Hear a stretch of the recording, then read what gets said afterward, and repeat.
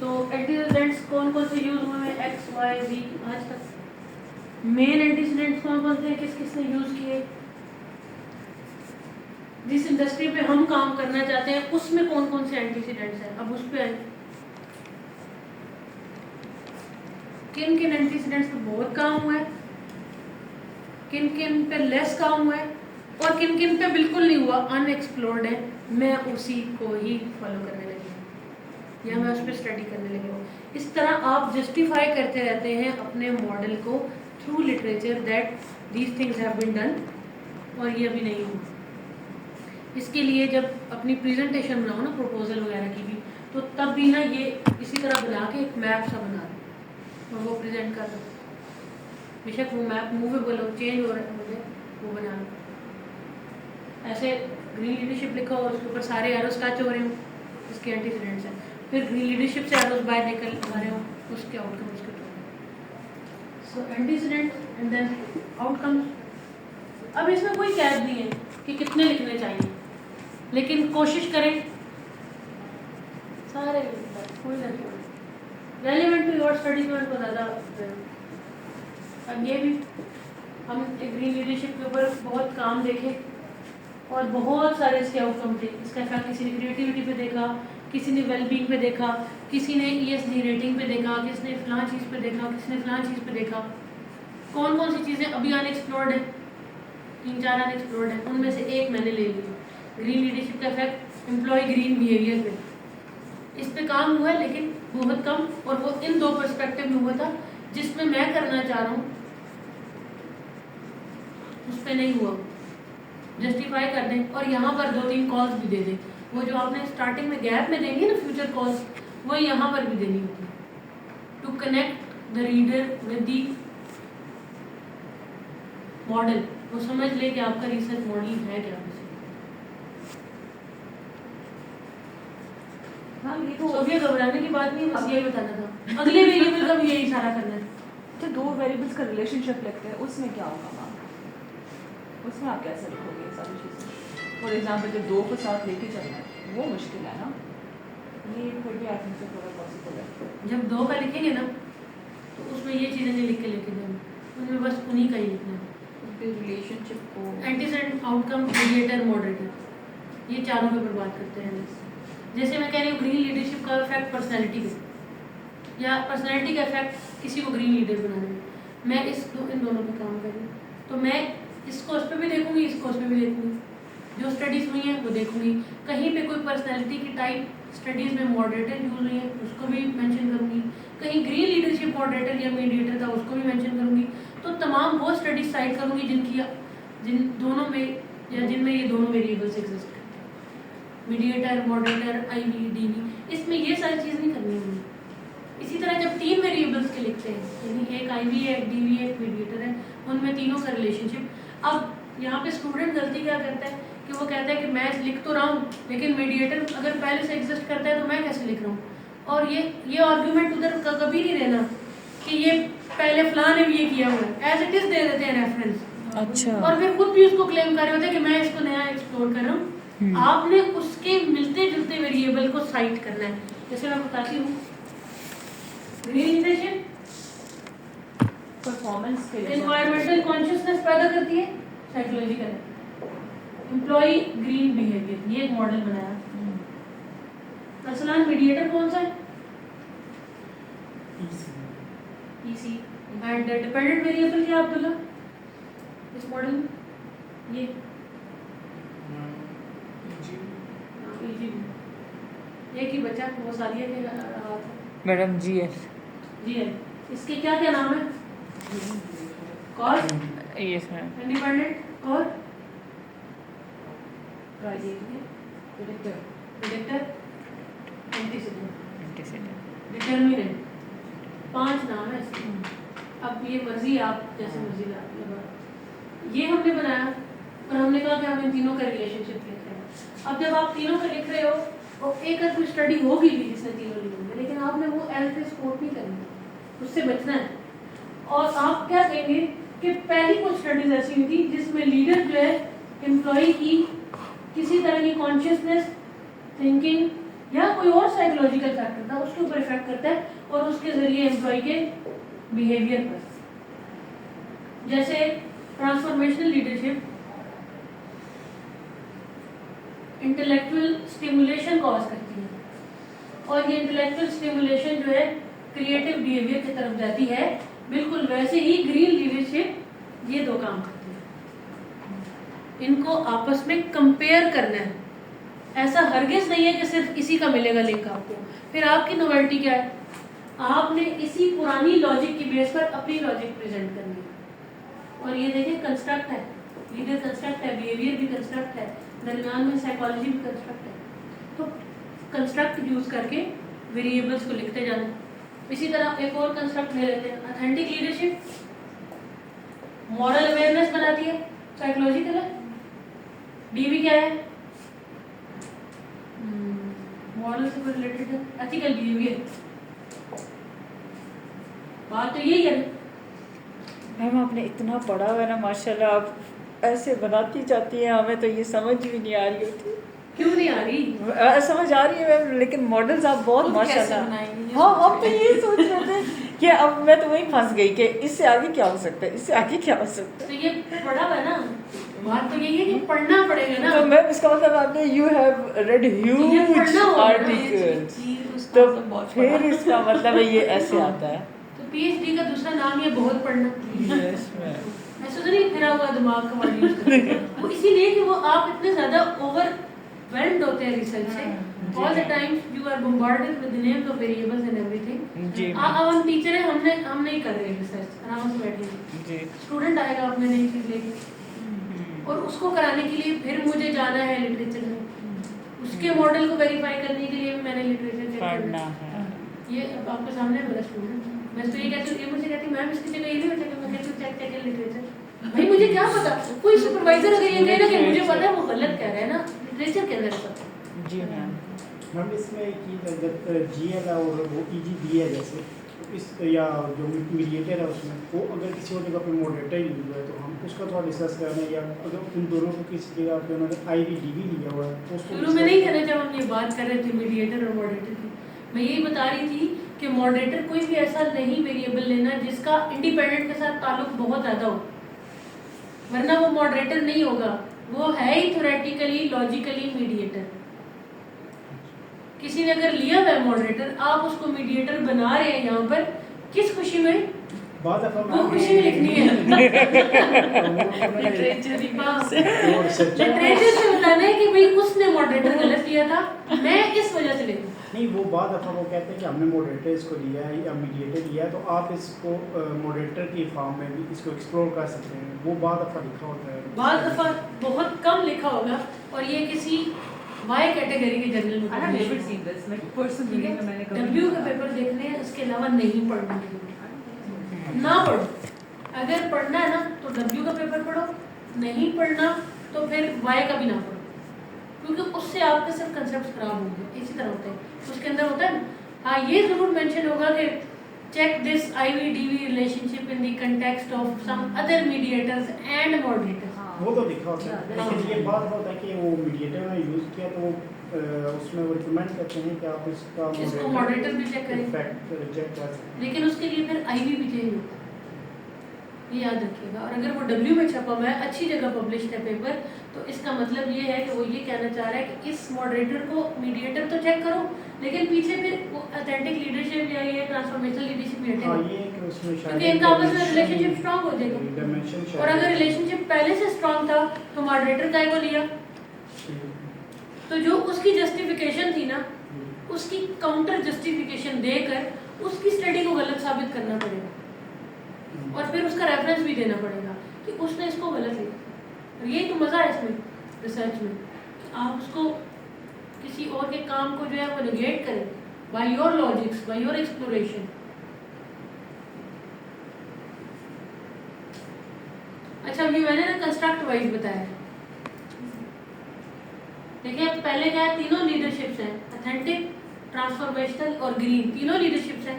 तीनों बारी बारी एम्प्लॉय के किसी न किसी साइकोलॉजिकल फैक्टर को हिट करेंगे और फिर वो साइकोलॉजिकल फैक्टर किसी न किसी बिहेवियर में ट्रांसफॉर्म होता जा रहा है। तो हमने इन्हीं की बेस पर बनाना है। हम कहेंगे कि जैसे कि सादिया की स्टडी ने कहा था ऑथेंटिक लीडर का इफेक्ट जो है एम में क्या मैंने बताया था मॉरल अवेयरनेस। तो जो है ऑथेंटिक लीडर्स लोगों में मॉरल अवेयरनेस डालते हैं, या यहाँ पे एथिकल लीडरशिप भी हो सकता था, और फिर उसकी वजह से हाँ। लेकिन मैं अपनी स्टडी में कह रही हूँ कि ऑथेंटिक लीडर मॉरल अवेयरनेस नहीं डालते, ये कॉग्निटिव कॉन्फ्लिक्ट की तरफ ले जाते हैं लोगों को। बंदा सोचते रहता है ठीक है गलत है, ठीक है गलत है, ठीक है गलत। मैं ये कह रही हूँ कि ये ऑथेंटिक लीडर्स मॉरल अवेयरनेस तो करता ही होगा, लेकिन ये कॉग्निटिव कॉन्फ्लिक्ट में भी डालता है, और जिसके बाद जो है ना एम्प्लॉय का डेविएंट बिहेवियर हो जाता है, वो कहते हैं मैं करता ही नहीं हूँ काम। आप कह रहे थे कि एथिकल बिहेवियर हो गया, लेकिन मैंने ये थ्योराइज किया है कि डेविएंट हो गया। बहुत ज़्यादा लीडर अगर ऑथेंटिक लीडर वो होता है जो रूल्स फॉलो करने वाला होता है, ठीक है, ट्रांसपेरेंसी को प्रमोट करता है, विविड उसकी एक्शंस होते हैं, ऐसे पर्सन को ऑथेंटिक लीडर कहते हैं। ये वेरिएबल्स हैं और ये लिख लिया करें, मेरी हर क्लास के बाद मैं आपको वेरिएबल्स देती रहती हूँ जी मैम। बड़े आगे हैं आपको। पॉजिटिव डेविएंस बताई थी मैंने, एक वेरिएबल है, वो भी यहाँ पे यूज हो सकता है। तो इस मॉडल में एंड पे बिहेवियर है, दरमियान में हमने कहा था साइकोलॉजिकल और वो लीडरशिप को क्या कहेंगे, कौन सा फैक्टर है आप ये बताएं? ये जीएल हाँ लीडरशिप है ना। इंटरनल एक्सटर्नल फैक्टर्स में से किस फैक्टर में लाई करते हैं? Internal madam external employ behaviour model हमने पढ़ा था ना, external factors within environment, external factors outside of work environment. तो ये एक्सटर्नल फैक्टर है। इंटरनल फैक्टर में ह्यूमन से रिलेटेड चीजें होंगी। अगर हम इंटरनल फैक्टर यहाँ ले ना, कि जैसे मैं कह रही हूँ मॉरल अवेयरनेस के लिए ऑथेंटिक लीडर की जगह मेरी पर्सनैलिटी होनी चाहिए या मेरी नॉलेज या एक्सपीरियंस होना चाहिए। तो इंटरनल फैक्टर्स वो मॉडल नहीं याद शायद, एम्प्लॉय बिहेवियर मॉडल हमने शुरू में पढ़ा था। मैम अभी आपने एक बड़ा मुश्किल सा एक बताया था कि इसको कॉग्निटिव कॉन्फ्लिक्ट, पॉजिटिव डेविएंस, पॉजिटिव डेविएंस, नया वेरिएबल है 2023 में इसका स्केल आया, अभी हुआ है नया पॉजिटिव डेविएंस। मैंने इसके ऊपर एक पेपर लिखा हुआ है एक स्टूडेंट के साथ, लेकिन पॉजिटिव डेविएंस क्या अच्छा बिहेवियर को करता था है डेविएंट्स। देखिए है डेविएंट्स ना, वही मैं कह रही हूँ। अब देखिए ऐसे वेरिएबल्स को ना जो रिव्यूअर्स होते हैं ना बड़ी खुशी से पढ़ते हैं, उनके लिए आता है। गोरे में ना हम जैसे नहीं है, वो कहते हैं नई चीज़ हो, कुछ नया हो जी। तो आप उनको पुरानी बात कहेंगे ना, वो कहेंगे नहीं मज़ा आ रहा। पॉजिटिव डेविएंस कहेंगे, वो कहेंगे क्या, जैसे अभी आपने पूछा इंटरेस्ट पैदा होगा। अब है तो वो डेविएंट वर्क प्लेस बिहेवियर, लेकिन पॉजिटिव है, आप अच्छा कर रहे हो, सारा बुरा आप अच्छा कर रहे हो। नहीं, आप ऑर्गेनाइजेशन के रूल्स एंड पॉलिसी से डेविएट कर रहे हो कुछ अच्छे के लिए जी। तो इसकी थ्योराइजेशन बहुत अच्छी है। मैम अभी आपने बताया कि इसका स्केल है, मैम आपको कैसे पता चल जाता है कि ये वेरिएबल भी आया है और इसका स्केल भी आया? पढ़े हुए ना हमने इनको, अच्छा, इनको हमने पढ़ा हुआ है ना बहुत दफा। मैडम वो भी आप कैसे पढ़ते हैं मैम? बुक्स में मिलते हैं, कुछ आर्टिकल्स में बुक्स मिलते नहीं, हैं? सिर्फ Google scholar is the source. अच्छा, Google देखो मेरे Scholar पास एक पर- थीसिस आया था अभी कुछ दिनों पहले जी मैम। उसमें ये वेरिएबल था मॉरल अवेयरनेस। ठीक उसका है। था perceived organisational politics, effect Perceived? On morale, perceived organisational politics, moral awareness, and then डी भी था moral disengagement and depersonalisation. अब मेरे लिए तो ये दो वेरिएबल नहीं थे, फिर मैं स्कॉलर में गई हूँ, उसका थीसिस पढ़ने के लिए मैंने खुद तो पढ़ना था ना क्या चल जी रहा है। जी। तो मैंने वो पढ़ा, सारे वेरिएबल्स को पढ़ा। एक पेपर बिल्कुल वैसा ही आ भी गया था, लेकिन उसका थोड़ा सा चेंज था, एमएस का थीसिस था तो उसका निकल गया। अच्छा, तो अच्छा एग्जामिनर तो पढ़ता है ना, ऐसे तो नहीं। और मैम उसमें स्केल भी मिल जाते हैं मैम? स्केल फिर हम देखते हैं ना कि इसने सही यूज़ किया है कि नहीं। उसकी इवैल्यूएशन के लिए मैंने चेक करना था कि मॉरल डिसएंगेजमेंट का स्केल क्या कह रहा है, उसकी प्लेसमेंट इसने ठीक की हुई है। तो स्केल्स हम कैसे चेक करते हैं? स्केल भी गूगल स्कॉलर। जब आप जो पेपर पढ़ते हैं उसके बाद में लिखा होता है कि इसको मेजर करने के लिए किसका स्केल इस्तेमाल किया। अच्छा, जहाँ से वो पढ़ा फिर उसका खोलें, उसके अपेंडिक्स में at most of the time वो स्केल गिवन होता है, उसको क्वेश्चंस गिवन होते हैं। मैम ये भी तो हो Quantitative सकता है quantitative studies में तो most कि of the एक ही हाँ, वेरिएबल हो और उसके स्केल डिफरेंट डिफरेंट, होते हैं, किसी और ने कोई और दिया हुआ, किसी और ने कोई और दिया है। यही रिसर्चर का काम है फिर ये- कि उन डिफरेंट टूल्स में से ढूंढे कि उसकी स्टडी में जो थ्योराइजेशन वो कर रहा है ना, जी जो लॉजिक वो बना रहा है इस मॉडल की, जी। उसके साथ कौन सा स्केल फिट आता है। अच्छा, जैसे ऑर्गेनाइजेशनल क्लाइमेट है, इस तरह क्लाइमेट जी जी या जी, वर्क एनवायरनमेंट, जी। इसके कोई 50 स्केल होंगे, बिल्कुल सही। लेकिन जो स्केल मैंने अपनी स्टडी में यूज़ किया उसके 8 डायमेंशन थे और वो एज इट इज़ वैसे ही थे जैसी मैंने थ्योराइजेशन की। कोई और मैं इसलिए नहीं यूज़ कर पाई, फिर मैंने उसकी जस्टिफिकेशन भी देनी थी कि मैं इसका स्केल क्यों यूज़ कर रही हूँ, किसी और का क्यों नहीं। तो अरसलान इतनी साधारण नहीं है PhD। हमें पता चल रहा है। जी। लेकिन इतनी मुश्किल भी नहीं, अगर आप ये शुरू से ये टिप्स सीखो ना। एक्चुअली जैसे अब देखो कोमल इसमें बैठी होती पहले से, तो मुझे इसको अलग से ये चीज़ें ना बतानी पड़ती। अब आई होप कि आप थीसिस इस पैटर्न पे सीधा क्या करो, कोई अभी लिटरेचर भी नहीं पढ़ा ना, ये डॉक्यूमेंट बना लो वर्ड पे। ह्यूमन साइकोलॉजी है, जब आप किसी चीज़ को शुरू कर लेते हैं ना तो आपके अंदर एक वो क्या कहते हैं स्पिरिचुअल ताकत आ जाती है कि अब मैं इसको कर लूँगी, सेल्फ एफिकेसी बढ़ जाती है। आप कर लेंगे, एक डॉक्यूमेंट बना लें, हेडिंग्स लिख लें, अब जो आर्टिकल पढ़े उठा के कहानी इसके अंदर पेस्ट करते रहे, एक रेफरेंसेस का डॉक्यूमेंट बना लें। तो जब एक पेज कंप्लीट होने को आएगा ना, आपको बहुत इंटरनल पॉजिटिव फीलिंग आएगी कि आई कैन डू दिस, बजाय इसके कि आप पेपर्स पढ़ते रहे, वो पेपर वहाँ था, ये पेपर वहाँ है, लिखा नहीं है, तो फिर आप कभी भी अपने अंदर कॉन्फिडेंस नहीं डेवलप कर सकते। बिल्कुल ऐसे है। आज कुछ भी नहीं करना ना, आज मैं आपको नहीं करा रही काम, आज आप सिर्फ जाएँ और वर्ड का एक डॉक्यूमेंट बना लें, उस पर लिखें एडवांस टॉपिक्स प्रोजेक्ट और सिर्फ ये लिखें हेडिंग्स, कुछ भी नहीं, हेडिंग्स डली हुई है। तो एक सॉर्ट ऑफ वो जो होता है ना डिस्कम्फर्ट, कभी मैंने करना है आप शुरू हो किया हुआ है काम। जैसे देखो कोमल चिल बैठी हुई है, अलग इसका प्रपोजल नहीं है अभी सबमिट, लेकिन अभी इसको पता है कि कुछ ना कुछ तो किया हुआ है ना मैंने। जी तो जी मैम। कर लेना, जिस पेपर को पढ़ते जाए डेफिनेशन मिलती जाएगी, इधर डेफिनेशन पुट करो, अगले में टाइप्स पढ़ो, अगले में डायमेंशंस पढ़ो, इकट्ठे एक ही सिटिंग में सारे पेपर डाउनलोड कर लो। अभी हम ब्रेक के बाद यही एक्टिविटी करेंगे जी कि गैप और मॉडल बनाएंगे आप थ्योरी के साथ।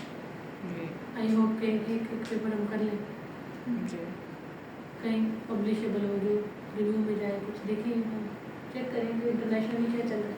ठीक। चलिए करते हैं ब्रेक 20 मिनट्स, फिर वापस आ जाते हैं। जी 8:05 पर वापस आ जाएंगे, जाना चाहते हैं तो जाएँ। मैंने लिंक्डइन पे आपकी पिक्चर देखी थी मैम। रियली? मैम वो जो हैं रिफा के जो सर हैं HOD और भी लेक्चरर्स खड़ी हुई थी। अच्छा, हाँ, अब फिर मैंने स्क्रीनशॉट नहीं लिया, मैंने नहीं कहा कितने लोग खड़े थे, मेरे डिफेंस की तो नहीं थी? मैम सिर्फ एक सर थे और बाकी 5 खवातीन और भी खड़ी हुई थी सर, लेक्चरर्स थी शायद, वो प्रोफेसर्स थी, पता नहीं मैम। आप सबसे फर्स्ट पर खड़ी हुई थी मैम। तब मैंने भी ये देखी कौन सी पिक्चर और किसने अपलोड की है। अच्छा, तो मैं बड़ी खुशी, हमारी मैम तो मैंने बहुत मुझे मशहूर नहीं है। पता। क्या खुश हुई? मैं कि मेरी मैम तो बड़ी मशहूर है। पता है मैंने देखा मैं MS इतने पढ़ाए हैं, मतलब 50 की क्लास होती है, जी, 50 जी। आर्टिकल लिखते हैं, अभी तक सर खा रहे थे। एक बच्ची ने 3 साल पहले मुझसे रिकॉर्ड पढ़ा था, अब वो कहाँ पे है, सऊदीया में, वहाँ से मुझे मैसेज करिए कि अब मेरी शादी होगी, अब मेरे बच्चे भी हैं, लेकिन वो आर्टिकल जो मैंने आपके साथ किया था मैंने अब कंटिन्यू कर 3 years, आज सुबह का मैसेज आया था, अब वो कंटिन्यू करना है, तो वो किस कंडीशन में होगा? बिल्कुल सही बात है, अब ये नहीं वैसे कहूँगी कि नहीं करना, नहीं करना। कराऊंगी, कराऊंगी। हाँ जी, ऐसे ही है जी, बिल्कुल मैंने MS बहुत पढ़ा है, PhD भी वहाँ प्रेफर मैंने बहुत पढ़ा है है जी क्योंकि सेटअप थोड़ा रिवाइव हुआ है। जी। मैम आपने बता रही थी कि आपने एक नई आउटलाइन दी है, तो वो मैम अगली क्लासेस अगली PhD के लिए स्टार्ट नहीं होंगी? हुई approve, नहीं अप्रूव हुई मैम? थोड़ी सी अमेंडमेंट्स हैं उसमें। अच्छा आज ही हुई थी बोर्ड ऑफ स्टडीज की मीटिंग में, कोई थी ना कराची में। अच्छा अच्छा अच्छा अच्छा अच्छा एक कोई हाँ कोर्स बता रहे थे, ऑर्गेनाइजेशन पीरियड का कोर्स है PhD में, इलेक्टिव। नो मैम अभी नहीं है मैम। इसमें फिलॉसफी में थोड़ा बहुत OB का जी। एक अलग से ऑर्गेनाइजेशन बिहेवियर, वो कहते हैं कि उस 2-3 टॉपिक उस जैसे हैं, वो जी। चेंज करेंगे। अच्छा अगर हम उस पर कमेटी बैठेगी फिर थोड़ा सा करेंगे और निकाल देंगे। जी। ये वाला कोर्स कौन सा स्ट्रैटेजिक है ये? कौन सा? ये जो अभी एडवांस टॉपिक्स, सिलेक्टेड रीडिंग्स। अच्छा जी मैंने उनको यही कहा आगे से, मैंने कहा एडवांस टॉपिक और सिलेक्टेड रीडिंग भी चल रहे हैं, कि वो चलेंगे तो मसला होगा। जी थोड़ा डिबेटेबल है, सिलेक्टेड रीडिंग और एडवांस टॉपिक से की नो डिफरेंस। ब्रेक यही करनी है